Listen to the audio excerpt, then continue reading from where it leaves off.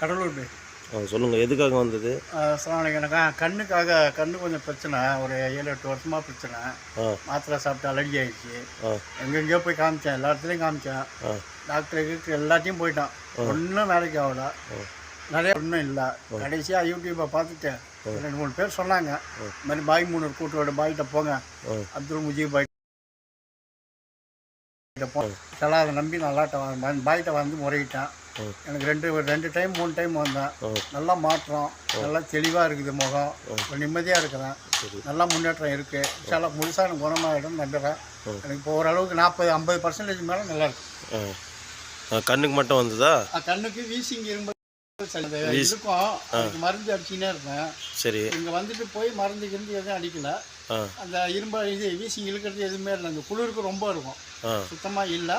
இரும்பல் சளி, தொண்டை சளி லேசாக இருக்குது. டாக்டர் சொல்லி